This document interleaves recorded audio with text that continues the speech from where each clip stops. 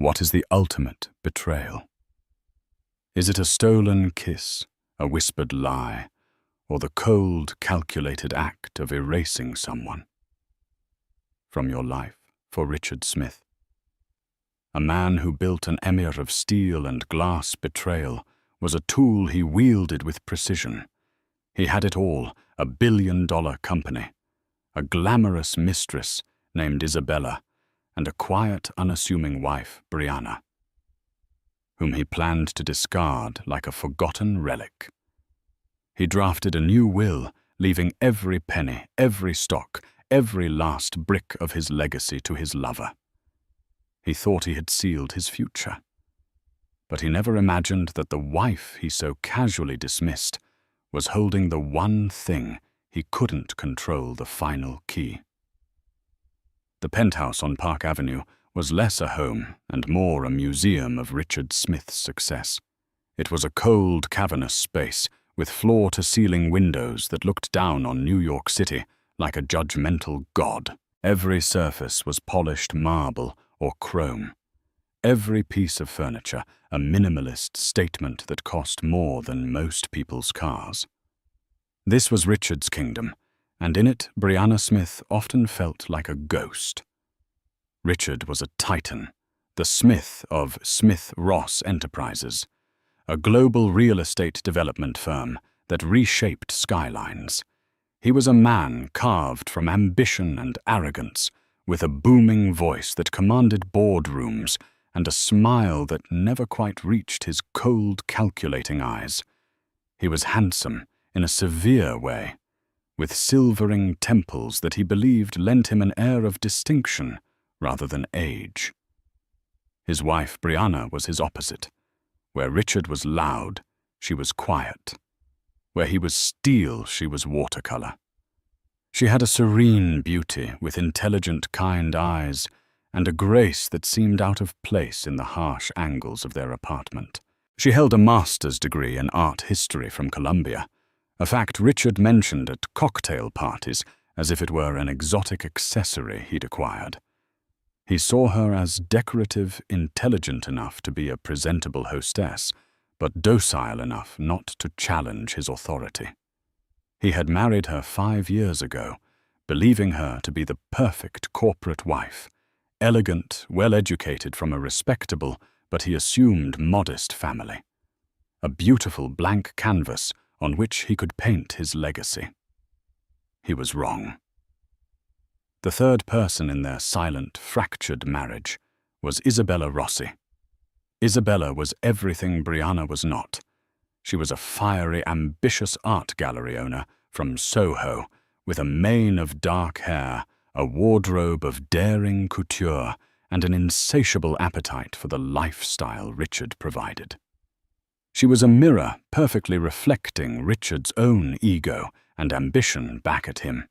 He didn't just love Isabella, he loved the way she made him feel powerful, desired, and immortal. For the past year, their affair had been an open secret, a wound in their marriage that Richard no longer bothered to hide. He would take Isabella to the galas Brianna was supposed to attend, his hand possessively on the small of her back. He bought her a condominium in the very building his company had just completed, a glittering tower on the Hudson. He would leave the dinner table to take her calls, his voice dropping to a conspiratorial murmur that was louder and more insulting to Brianna than a shout. Brianna endured it with a quiet stoicism that Richard mistook for weakness. He saw her continued presence as proof of her dependency. Where would she go? What would she do? She was a Smith now. He believed the name, the comfort, the gilded cage he had built for her was enough to keep her silent and compliant. He had no idea that her silence was not submission, it was observation. One crisp October evening, the dynamic reached a new level of cruelty. Richard was hosting a dinner for potential investors from Singapore. Brianna, as always, had orchestrated the event flawlessly. The catering was exquisite, the floral arrangements were tasteful, and she moved through the room with an effortless grace, ensuring every guest felt welcomed. Richard stood by the fireplace, a glass of Macallan 25 in his hand, holding court. Isabella was there not as a guest, but as Richard's undeclared partner. She wore a crimson dress that clung to her like a second skin, a stark, deliberate contrast to Brianna's elegant but understated navy blue gown. "Richard, the new Hudson Yards project is simply visionary," one of the investors, Mr. Lim, was saying. Richard clapped him on the shoulder. "We don't build buildings, Way. We build monuments. That's the Smith-Ross difference." Isabella slid her arm through his. "He's a genius. I'm constantly telling him he works too hard, but his passion is just intoxicating." She looked directly at Brianna, who was standing nearby, a small, polite smile fixed on her face. The look was a challenge, a declaration of victory. Brianna simply met her gaze, held it for a beat too long, and then turned to offer another guest a canapé. She didn't rise to the bait. She never did. Later that night, after the last guest had departed, the silence in the penthouse was thick with unspoken words. Richard loosened his tie, his mood expansive from the successful evening. Isabella was lounging on the white leather sofa, sipping champagne. Brianna was quietly directing the cleanup crew. "You can go, Maria," Brianna said softly to the head of the staff. "We'll handle the rest." Once they were alone, Richard turned to Brianna, his expression dismissive. "Brianna, you were a bit stiff tonight. You need to learn to relax. Look at Isabella. She's a natural. People are drawn to that kind of energy." Isabella preened, taking a deliberate sip of her champagne. "Darling, not everyone can be the life of the party.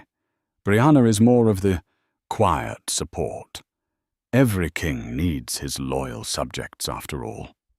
The insult hung in the air, sharp and clear.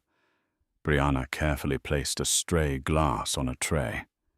"I'm glad your evening was a success, Richard." Her composure infuriated him. He wanted a reaction. He wanted tears, a scene, something to justify his growing contempt. "Is that all you have to say? We're building an empire, and you're more concerned with the catering." "Someone has to be," she replied, her voice even. "An empire built on a shoddy foundation will crumble." Richard laughed, a harsh, humorless sound. "Don't try to be profound, Brianna. It doesn't suit you. My foundation is rock solid. It's made of steel ambition and my own 2 hands. Something you wouldn't understand." He walked over to the bar to pour himself another drink, his back to her. In that moment, watching him, Brianna felt not sadness, but a cold, hardening resolve. He spoke of his 2 hands, but he always conveniently forgot the other name on his company's letterhead, Ross. He never spoke of his original partner, the man who had provided the crucial seed money and the initial invaluable connections. The man Richard had pushed out and erased from the company's official history. Richard thought his foundation was solid, but he had forgotten or chosen to forget the very cornerstone it was built upon. And Brianna knew exactly where that cornerstone was buried. She looked from Richard's arrogant posture to Isabella's smug smile. They saw her as a spectator in her own life. Soon, very soon, they would learn she was anything but. The first tremor in Richard Smith's meticulously constructed world didn't come from his marriage, but from his own body. It started subtly, a persistent fatigue he blamed on overwork, a slight tremor in his hand he dismissed as too much caffeine. But then came the dizzy spells and a crushing headache that even his potent painkillers couldn't touch. A series of private MRIs and consultations with the best neurologists in the city led to a diagnosis that was as swift as it was brutal. Glioblastoma, an aggressive, relentless brain tumor. The prognosis was stark, 12 to 18 months. Maybe 2 years if he responded well to the experimental treatments. The news didn't humble Richard. It enraged him. He saw the illness not as a tragedy, but as an intolerable cosmic insult. The universe had dared to challenge him to put an expiration date on his reign. His ambition, already a roaring fire, became a desperate inferno. He didn't have years to cement his legacy anymore. He had months. His first call wasn't to his wife.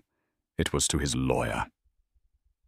Arthur Vance was an old-school attorney from a prestigious firm, Vance & Harrington, LLP. He had handled Richard's affairs for 2 decades, drafting the ironclad prenuptial agreement Brianna had signed without question 5 years ago. His office was a sanctuary of mahogany, leather-bound books, and quiet competence. "I need to make some changes to my estate plan, Arthur," Richard said, his voice clipped and devoid of emotion as he sat opposite the lawyer's imposing desk. He didn't mention the diagnosis. To admit to the illness felt like admitting defeat. "Significant changes. I want to draft a new will effective immediately." Arthur raised an eyebrow. "Is Brianna aware of this?" "Brianna's awareness is not required," Richard snapped. "This is my fortune, my company, my decision." "Of course, Richard. What changes did you have in mind?" "I want everything," Richard said, leaning forward, his eyes glinting with a feverish intensity. "And I mean everything.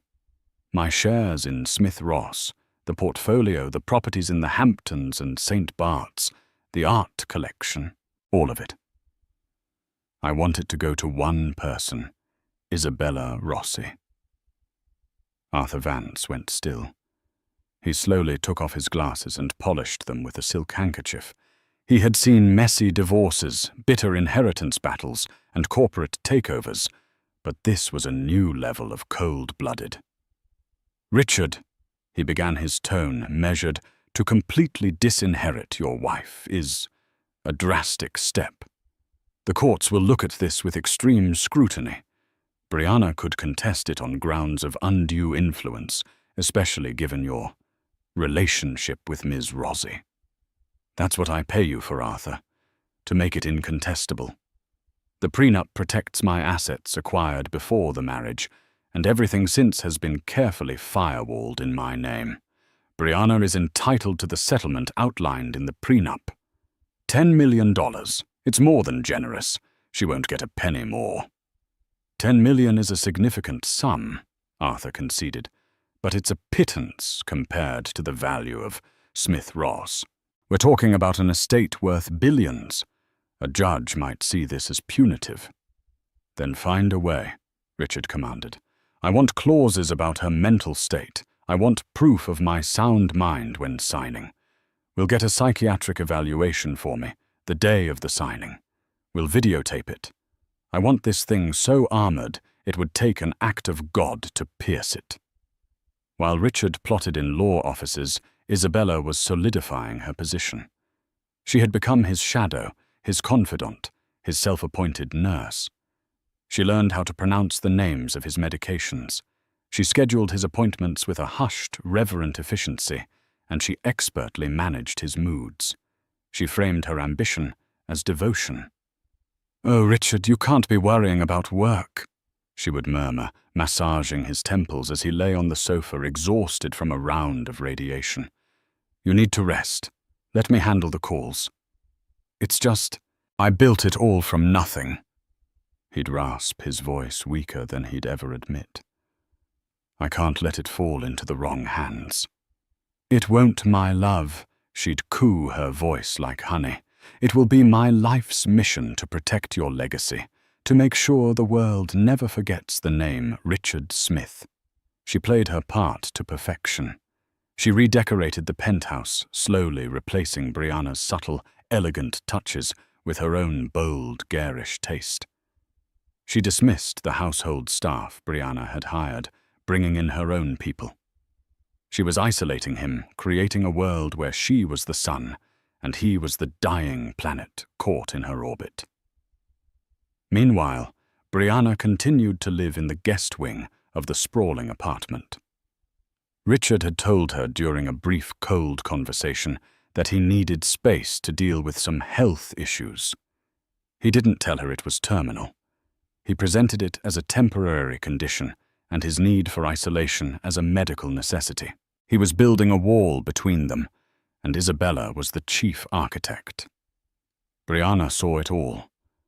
She saw the new will documents left accidentally on Richard's desk. She saw the way Isabella's eyes lit up when she discussed Smith-Ross board meetings. She felt the shift in the household, the way the new staff looked at her with a mixture of pity and contempt. One afternoon, she found Isabella in the master bedroom, going through her jewelry box. Not Richard's, but Brianna's. "What are you doing?" Brianna's voice was quiet, but it cut through the room. Isabella didn't flinch. She held up a sapphire necklace, a gift from Brianna's parents. "Just tidying. So much of this is dated. Richard wants to build a new vault for my collection. We'll need the space." The implication was clear. "This is my room now. This is my life now." "That is my personal property," Brianna said, stepping forward. Isabella placed the necklace down with a dismissive clink. "For now, Richard is a very generous man, Brianna. But his generosity has its limits. He wants a partner who looks to the future, not one who clings to the past. You should think about your own future, a quiet one somewhere far away from here." That night, Brianna sat in her darkened room, the city lights glittering below. They thought she was a fool. They thought she was weak, passive, and defeated. Richard, in his arrogance and illness-fueled paranoia, was trying to erase her. Isabella, in her greed, was dancing on the grave of their marriage. But Brianna was not planning her retreat. She was planning her strategy. She made a quiet phone call, not to a lawyer, but to her father. "Dad," she said, her voice steady. "It's time. I think Richard is about to make a very big mistake." On the other end of the line, a calm, resolute voice replied, "I've been waiting for your call, sweetheart. The foundation is ready. Let him think he's in control. A man is never more vulnerable than when he's certain of his victory." Richard and Isabella were so focused on the will, on the inheritance, on the money. They were playing checkers. Brianna and her family were playing a much longer and more complex game of chess. And her next move was about to put them in check. With the new will signed, videotaped, and secured in Arthur Vance's vault, Richard Smith felt a surge of triumphant power that momentarily eclipsed the gnawing dread of his diagnosis. He had, in his mind, secured his legacy. He had cut out the dead weight of his marriage and anointed his true successor. Now he needed to make it public. He needed to present Isabella not just as his lover, but as the future matriarch of the Smith dynasty. The idea for a dinner party started as a whisper from Isabella. "Your parents need to see us together, Richard," she had murmured one evening. "They need to understand that I'm the one who will be by your side. For everything." Richard's parents, George and Marion Smith, were old money from Connecticut. They valued tradition, discretion, and appearances above all else. They tolerated Brianna's quiet presence and were quietly appalled by Richard's flagrant affair. But Richard, in his current state, saw their approval as a final stamp of validation on his new life plan. He decided on an intimate gathering. Just his parents, his younger sister Amelia, and her husband Mark.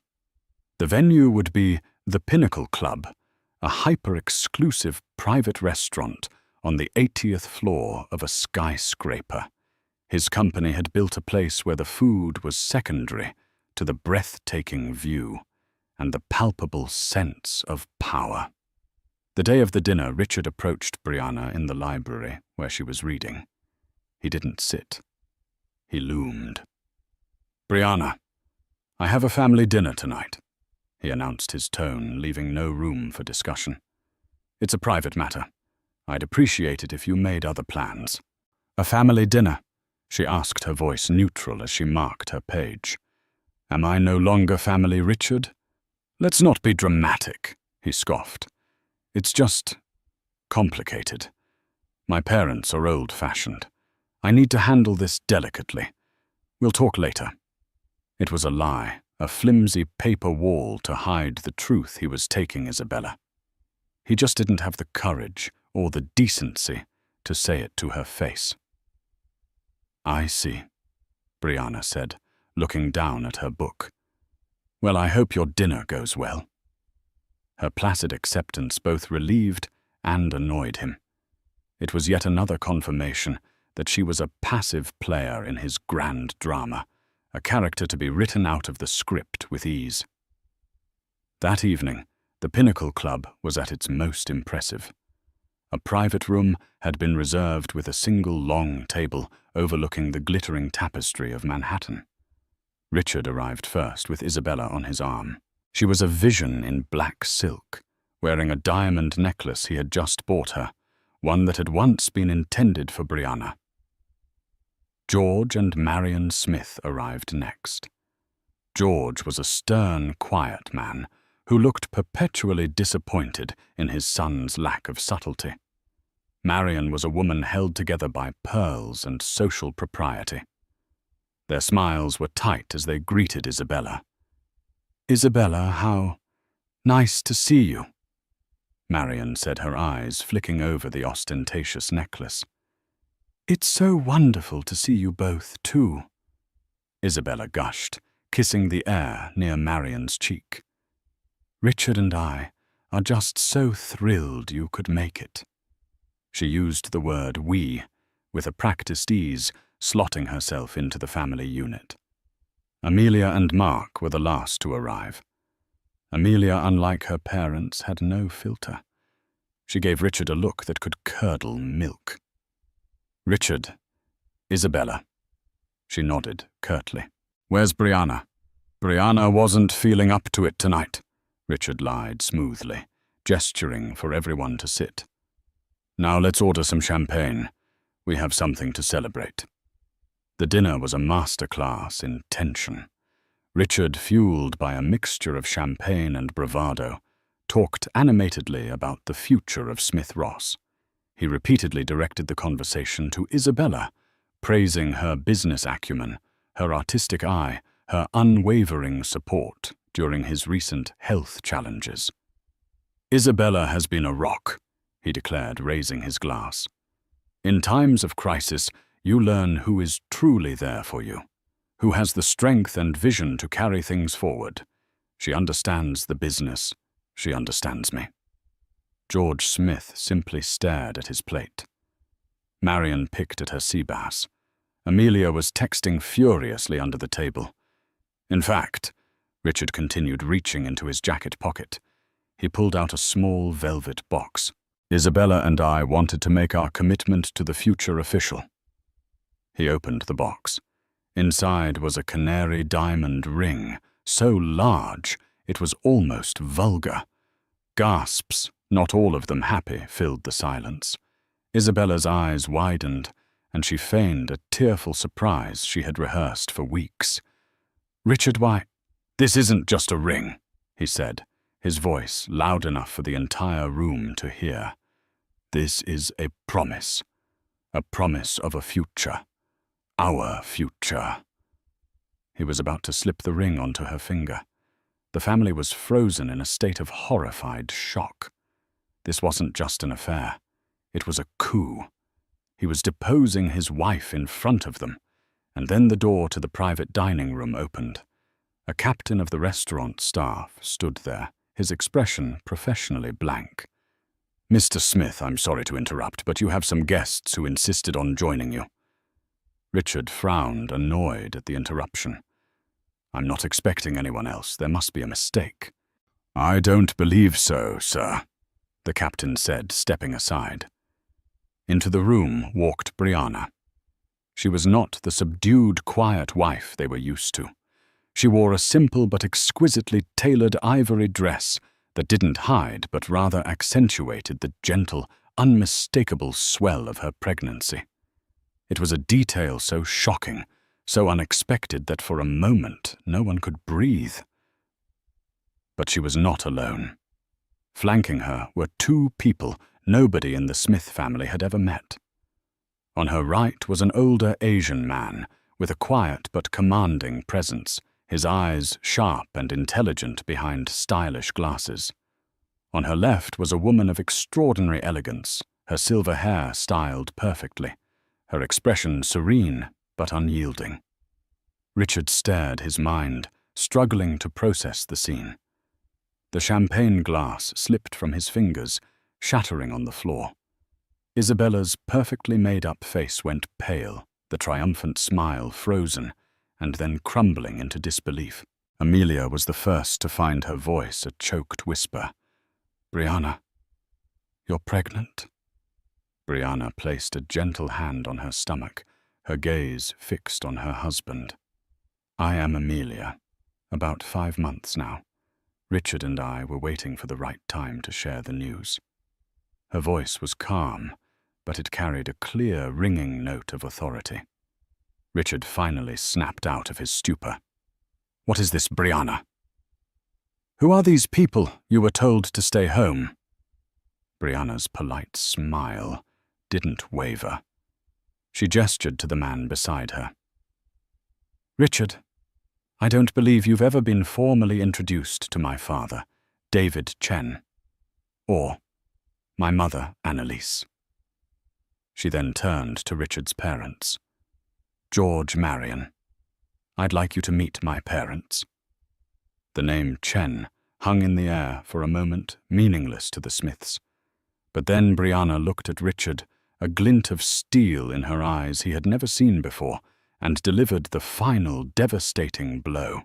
"My mother's maiden name, Richard," she said, her voice dropping ever so slightly, "was Ross." The silence that fell over the room was absolute. It was heavier than the crystal chandeliers, deeper than the city sprawling thousands of feet below. The name Ross sunk into the atmosphere like a stone. George Smith, who had been in his son's business periphery for years, was the first to connect the dots. His face already grim turned ashen. "Smith.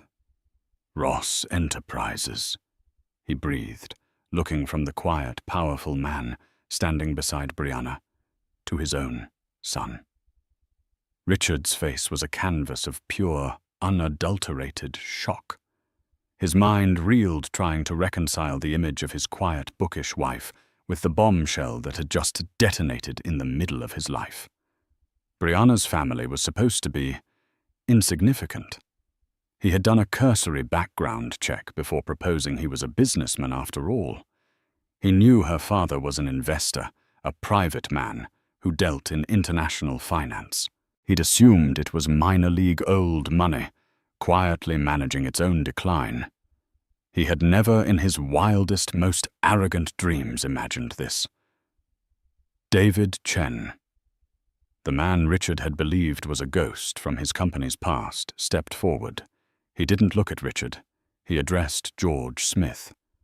"George," he said, his voice calm and even, betraying no hint of the drama unfolding. "It has been a long time. You look well." "David," George managed, standing up slowly. I had no idea." "That was the arrangement," David Chen said simply. He then turned his gaze to Richard, and for the first time Richard felt a chill that had nothing to do with his illness. The man's eyes were like polished obsidian, revealing nothing but immense, unshakable power. "My daughter tells me you were celebrating a new future." Isabella, who had been frozen with the ring box, still open on the table, finally found her voice. It was shrill, laced with panic. "Who do you think you are? You can't just barge in here. Richard, do something." Richard looked at her, then back at Brianna and her parents. He was trapped a predator, suddenly finding himself in a cage he hadn't seen being built. "Brianna, what is the meaning of this?" he stammered. "You've been lying to me for 5 years." "Have I?" Brianna responded, her composure unwavering. "I told you my father was a businessman. I told you my mother's family had business interests in New York. You simply filled in the blanks with what you wanted to believe. You saw what you wanted to see Richard, a docile wife with no connections, no power of her own, a convenient accessory." She took a step closer to the table, her eyes sweeping over the horrified faces of the Smith family and landing on the gaudy ring in its velvet box. "You were celebrating your future," she repeated, her voice cutting.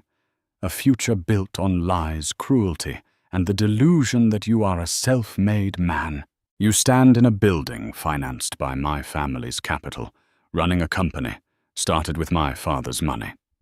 And you have the audacity to try and discard me and your own unborn child for this."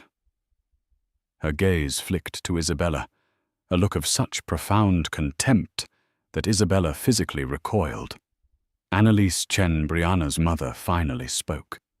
Her voice was soft, but carried the weight of generations of wealth and influence. "We have been patient, Richard. We respected Brianna's wish to make her marriage work on her own terms. We watched you humiliate her. We watched you flaunt this affair. But trying to steal her child's legacy, that is where our patience ends." The word steal was a slap in the face. Richard's arrogance, his one constant companion, surged back. "Steal everything I have, I built," he roared, slamming his hand on the table, making the remaining glasses jump. "Your father was a silent partner.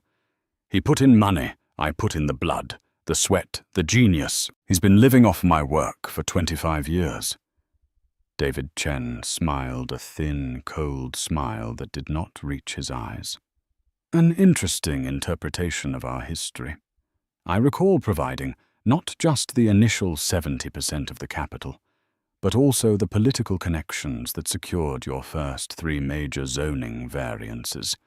The Ross name was my wife's, used to keep my family's profile low. I preferred to operate from the shadows. I trusted you to build the company, yes, but I never trusted you to be a good man. That is why I insisted on certain safeguards."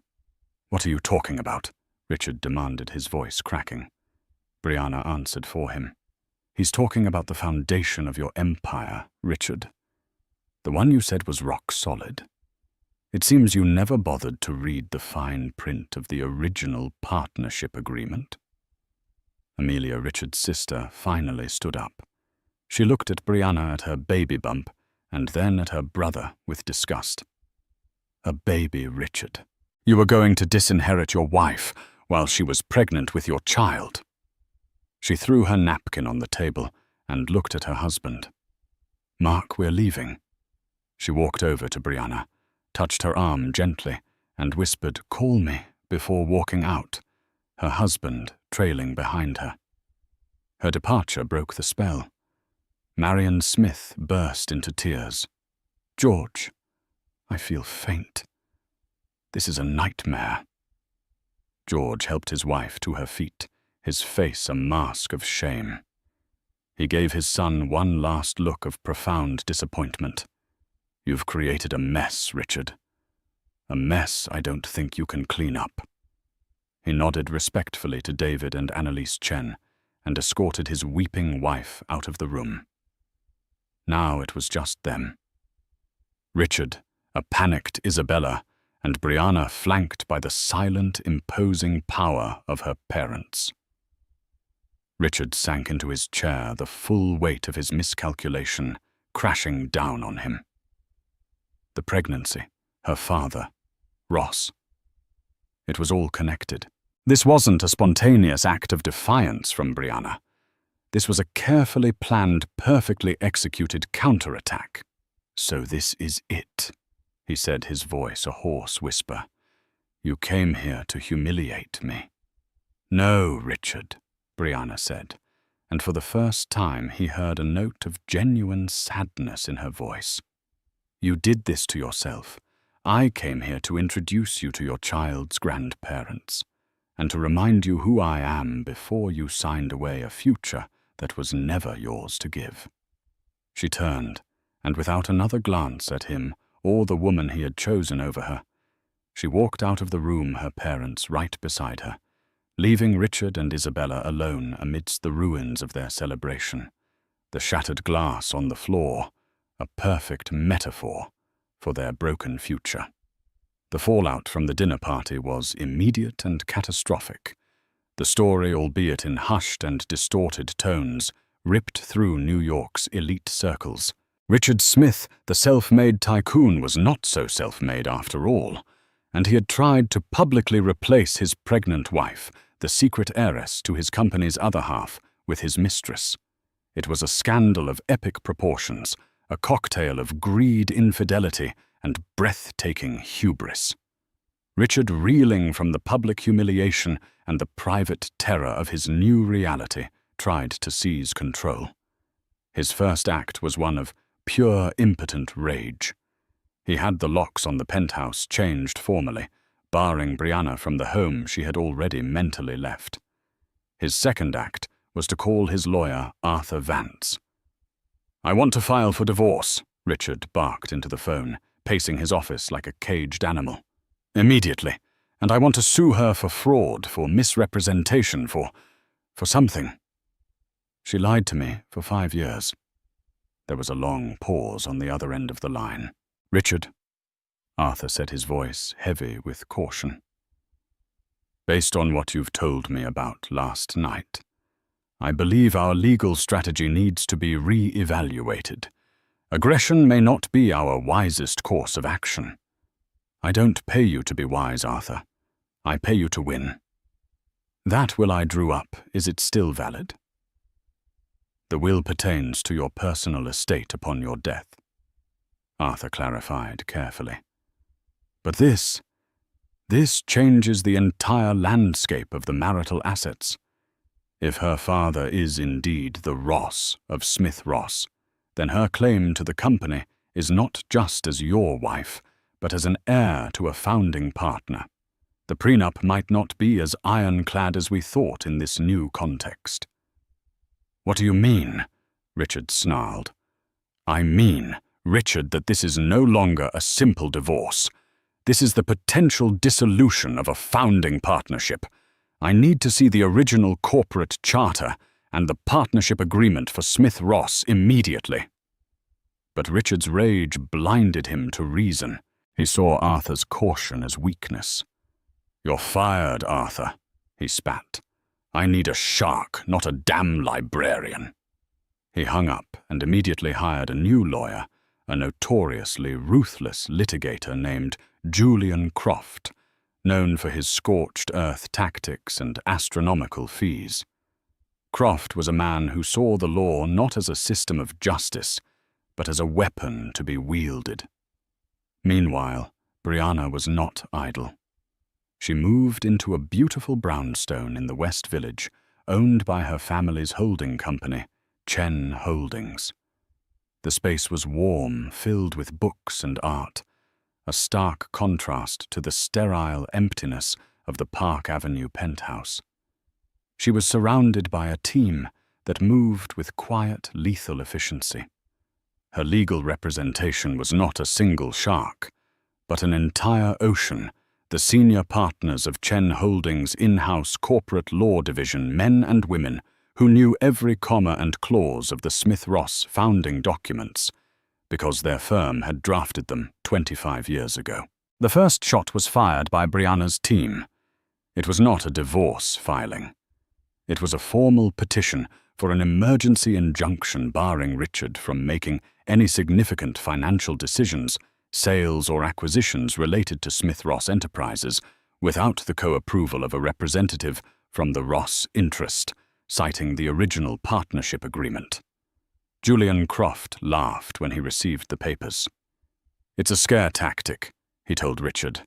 "An overreach. A judge will never grant it. We'll crush them in court." They didn't. In a closed hearing, Brianna's lead counsel, a sharp, impeccably dressed woman named Evelyn Reed, presented the first few pages of the Smith-Ross partnership agreement. She calmly pointed to a section detailing the fiduciary duties of the managing partners to each other. She then presented evidence of Richard's erratic and punitive behavior, namely, the new will completely disinheriting his wife and unborn child, who represented the Ross lineage, arguing. It demonstrated a clear intent to harm the interests of the other founding partner's family. The judge, a no-nonsense woman in her 60s, granted a temporary injunction. Richard was for the first time in his life no longer the sole king of his castle. He had to have his decisions co-signed by an entity he had tried to destroy. The battle then moved to the discovery phase. Croft, on Richard's behalf, demanded years of financial records from Chen Holdings, hoping to find some hidden leverage, some dirt to fling. Chen Holdings complied, drowning Croft's office in tens of thousands of pages of meticulously organized, utterly mundane financial data. In return, Evelyn Reed made a single simple request. "We require the original signed and notarized copy of the 1999 Smith-Ross Enterprises Founding Partnership Agreement." Croft and Richard searched the company's archives. They found copies drafts, but the original wet ink signed document was missing. After a frantic week, Richard's secretary remembered something. Years ago, Arthur Vance had insisted on holding the original document in his firm's secure vault for safekeeping. A court order later, Arthur Vance, now professionally obligated to comply, delivered a sealed briefcase to the judge's chambers. Both legal teams were present. Julian Croft was confident. "Whatever is in that document, a good lawyer can argue his way around it," he whispered to Richard. "It's just paper." Richard, looking gaunter and more stressed than ever, his illness accelerated by the conflict, nodded weakly. He had to believe Croft was right. The judge broke the seal and opened the file. Inside was a thick, leather-bound document. The air in the room was thick with anticipation. This was the blueprint of the empire, the scroll upon which Richard's entire life was written. He believed he was the sole author. He was about to discover he had misunderstood the very first sentence. Evelyn Reed stood her expression calm. "Your Honor, please direct your attention to Article 4, Section 3B of the agreement." The judge found the page. Croft and Richard leaned forward over their copy. Richard began to read the dense legal text, his eyes scanning the page, his breath catching in his throat. He had read this document before years ago, but he had skimmed over these sections, dismissing them as boilerplate. He had been a young, hungry man, focused only on the clauses about profit-sharing and operational control. He hadn't paid any attention to the section titled Legacy and Succession. He read the words and the floor fell away from his world. It was a clause he had long forgotten, a detail he had dismissed as a strange eccentricity of his quiet, cautious partner, a detail that was about to become the guillotine for his ambitions. It was the final key.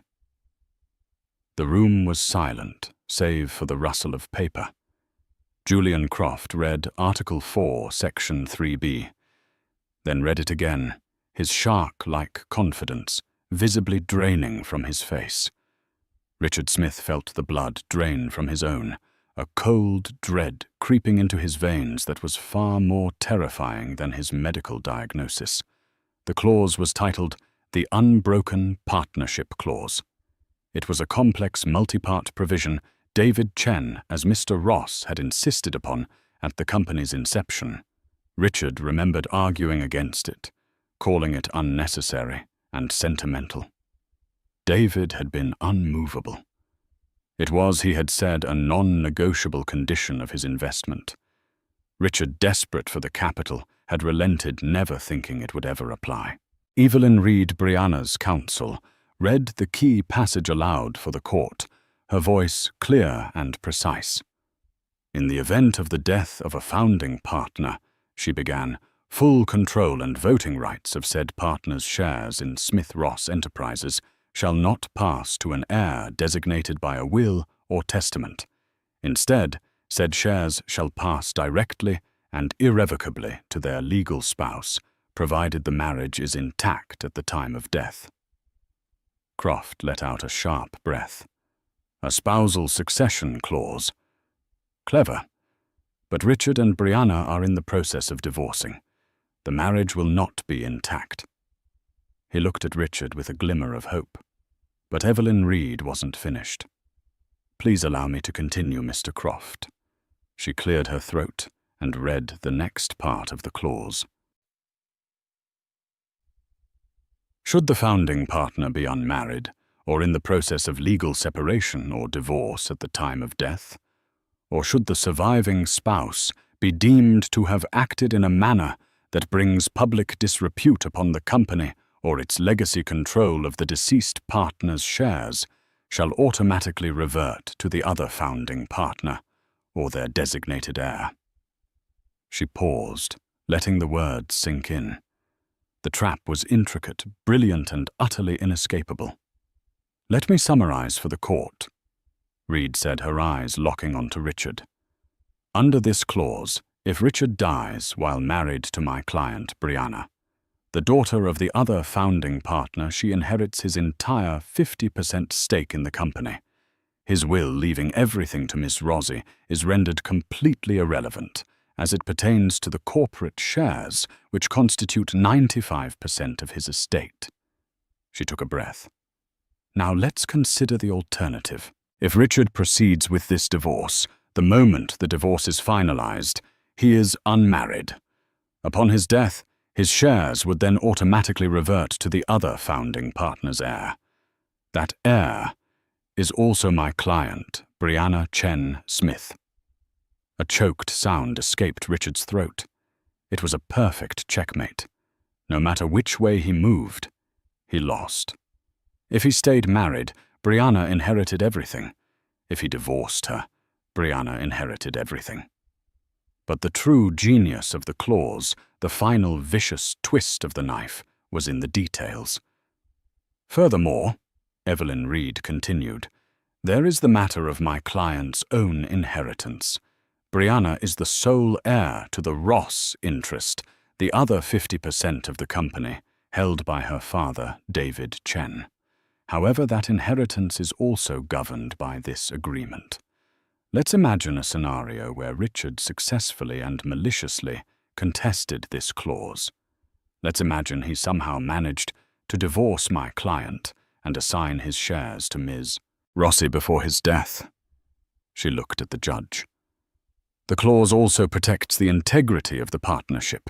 It contains a morality provision, the very one I cited for the injunction. By publicly attempting to disinherit his pregnant wife and replace her with his mistress, Mr. Smith has already engaged in behavior that brings public disrepute upon the company. A case could be made that he has already voided his own standing as a legacy partner. In that event, a controlling interest could be seized by the Ross family to protect the brand. He thought he was playing for his half. In reality, his behavior has put his entire legacy at risk. Julian Croft was speechless. He looked at the document, at the signatures from 25 years ago. It was all there in black and white. David Chen hadn't just invested money. He had built a fortress around his investment and his family, and Richard had just spent the last year running headfirst into its walls. The final key wasn't just one clause. It was the entire architecture of the company's foundation. It was a legal masterpiece designed to protect the partnership from the one thing David Chen knew: he could never control Richard Smith's character. "The prenup," Richard whispered hoarsely to Croft. "What about the prenup?" Croft shook his head, looking utterly defeated. "The prenup governs personal assets in a divorce. This is about corporate governance and succession. It's a separate legal instrument that supersedes it entirely. The company's charter trumps your marriage contract, Richard. It always has." Richard finally understood. The penthouse, the art, the cash in the bank, that was all he could ever control. It was a fortune, yes, but it was pocket change compared to the colossal value of Smith Ross Enterprises. The company, the empire he thought was his, had never truly belonged to him. It belonged to the partnership, a partnership whose future was now solely in the hands of the woman he had tried to cast aside. He looked across the room at Evelyn Reed, but he saw Brianna's face calm, intelligent, and resolute. He remembered her words at the dinner party. "An empire built on a shoddy foundation will crumble." He had laughed at her. He had thought his foundation was steel. He was wrong. His foundation was paper, and her name was on it. The judge, seeing the utter collapse of Richard's case, looked at his lawyer. "Mr. Croft, given this information, I suggest you and your client have a serious discussion about a settlement. A very, very generous settlement." As they left the chambers, Richard stumbled, and Croft had to grab his arm to steady him. The physical toll of the battle, combined with the progression of his disease, had ravaged him. He looked like a ghost, a pale imitation of the titan he had once been. The fight was over. He had lost everything before he was even gone. The final key had been turned in the lock, and he was on the outside looking in at a legacy that would never be his. The aftermath of the legal revelation was swift and brutal. The knowledge that he had been so utterly outmaneuvered that his life's work was built on a legal framework that had always favored his silent partner shattered what was left of Richard Smith's spirit. The rage and arrogance that had fueled him for months evaporated, leaving behind a hollow, defeated man confronting his own mortality and irrelevance. His shark of a lawyer, Julian Croft, seeing no path to victory and no more billable glory, negotiated a quiet, unceremonious exit. The divorce was granted, but the settlement was a world away from the pittance Richard had intended. On paper, Brianna received a substantial but not obscene sum. The real victory was not in the settlement, but in the corporate charter that remained unchanged. The company was secure. Her child's legacy was secure. The first person to abandon the sinking ship was Isabella Rossi. When it became clear that the billion-dollar inheritance had vanished, so did her devotion. Her cooing words of love and support were replaced by shrill accusations.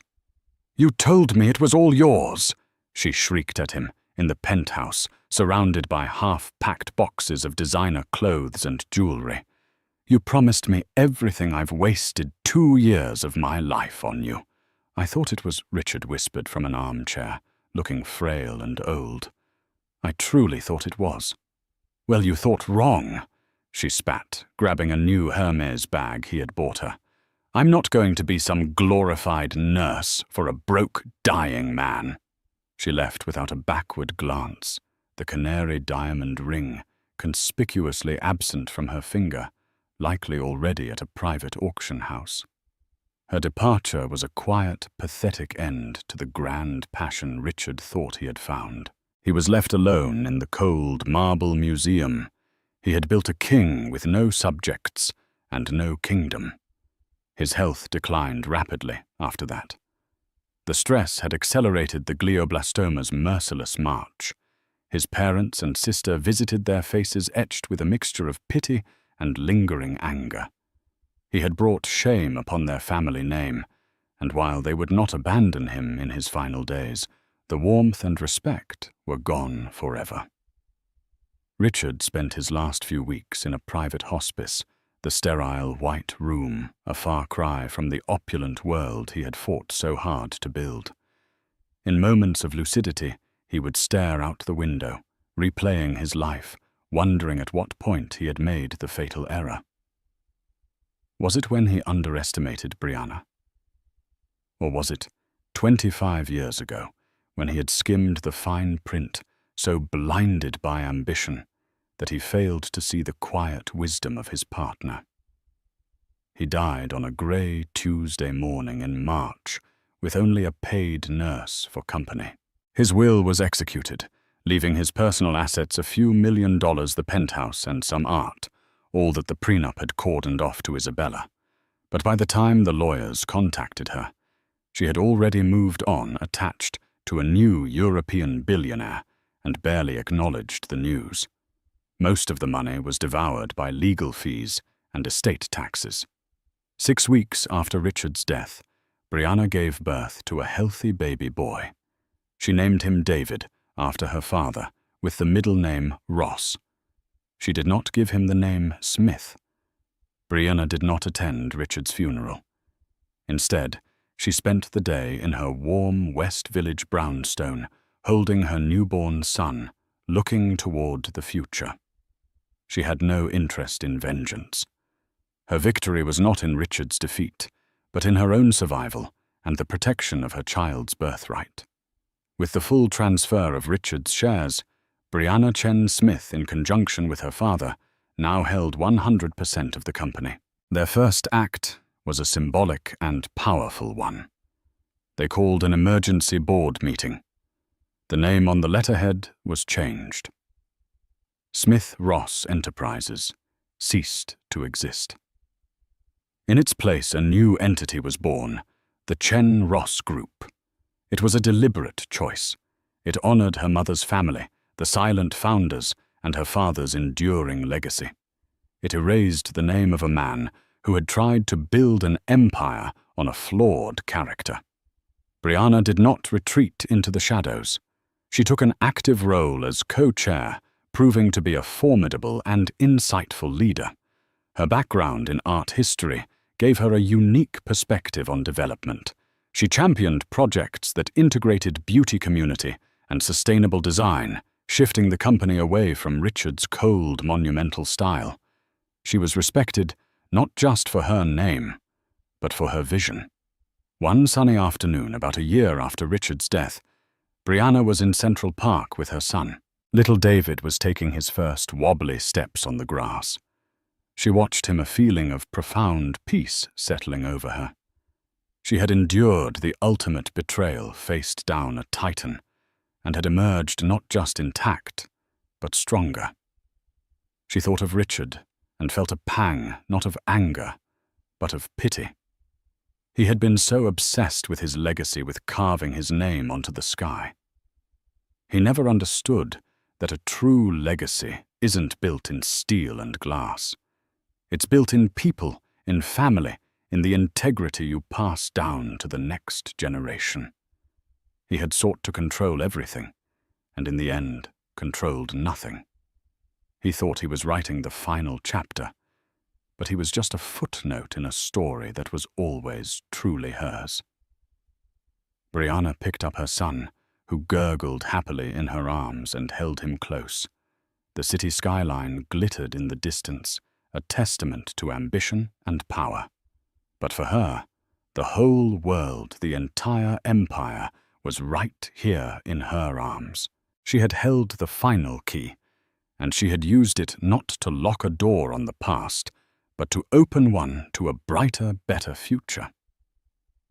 Brianna's story is a powerful reminder that true strength isn't about being the loudest voice in the room, but about having the wisdom to play the long game. She endured humiliation and betrayal, all while quietly holding the power to change everything. Richard, blinded by his own ego, built his empire on a foundation he didn't even understand, and it cost him everything. This story shows that character, foresight, and integrity are the most valuable assets of all ones that can't be bought, sold, or stolen in a will. What did you think of Brianna's strategy? Was it a masterclass in quiet revenge or a necessary act of self-preservation? Let us know your thoughts in the comments below.